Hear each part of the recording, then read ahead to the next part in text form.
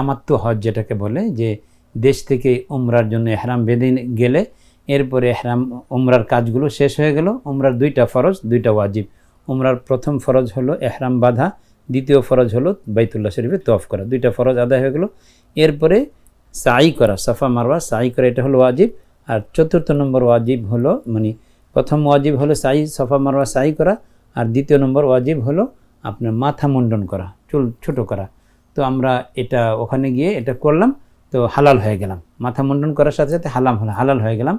এরপরে যখন হজের টাইম আসবে, হজের টাইম বলতে মিনা নিয়ে যাওয়ার সময় হবে, তখন এহরাম বেঁধে আবার নতুন করে হজের জন্য এই মিনা যাওয়ার প্রাককালে মসজিদে হারাম থেকে আবার এহরাম বেঁধে যাওয়া, এটার নাম হলো তামাত্তু হজ।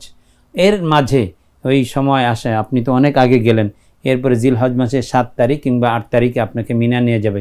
এই টাইমটা শুধু কাবা শরীফ, বাইতুল্লাহ শরীফে গিয়ে জিয়ারত করা, তোয়াফ করা, এবং মাঝে মধ্যে বিভিন্ন মসজিদে আয়েশা বা আপনার ওই যে রানা যে মিকাত আছে সেখান থেকে এহরাম বেঁধে আসা আর উমরা করা, এছাড়া তেমন কোনো কাজ থাকে না। তো আলহামদুলিল্লাহ প্রথমে আমরা উমরা শেষ করে হালাল হয়ে গিয়েছিলাম। এরপরে মাঝে মাঝে গিয়ে আপনার মসজিদে আয়েশা থেকে, এবং কখনো যে রানা যেটাকে উমরা কাবির বলে, একটু দূর আছে, তো সেই জায়গা থেকে এহরাম বেঁধে আবার উমরা করেছি।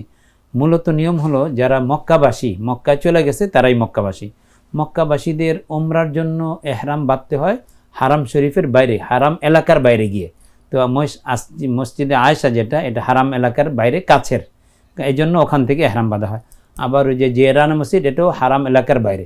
তো মক্কাবাসী কিংবা মক্কা যারা অবস্থান করছে তারা এহরাম উমরার জন্য বাঁধতে গেলে হারামের বাইরে যেতে হবে, ওই জায়গা 2টা হারামের বাইরে, এই জন্য ওখান থেকে বাঁধা হয়। আর মক্কাবাসীরা বা মক্কা যারা অবস্থান করছেন তারা যখন হজের জন্য এহরাম বাঁধবেন, তো হারাম শরীফের যে কোনো জায়গা থেকে বাঁধা যায়। তো বরকতের জন্য মসজিদে হারামে গিয়ে, বাইতুল্লাহ গিয়ে বাঁধা হয়। এটা সাধারণ হজের এহরাম আর উমরার এহরামের বাইরে গিয়ে সাধারণত বাঁধা হয় না।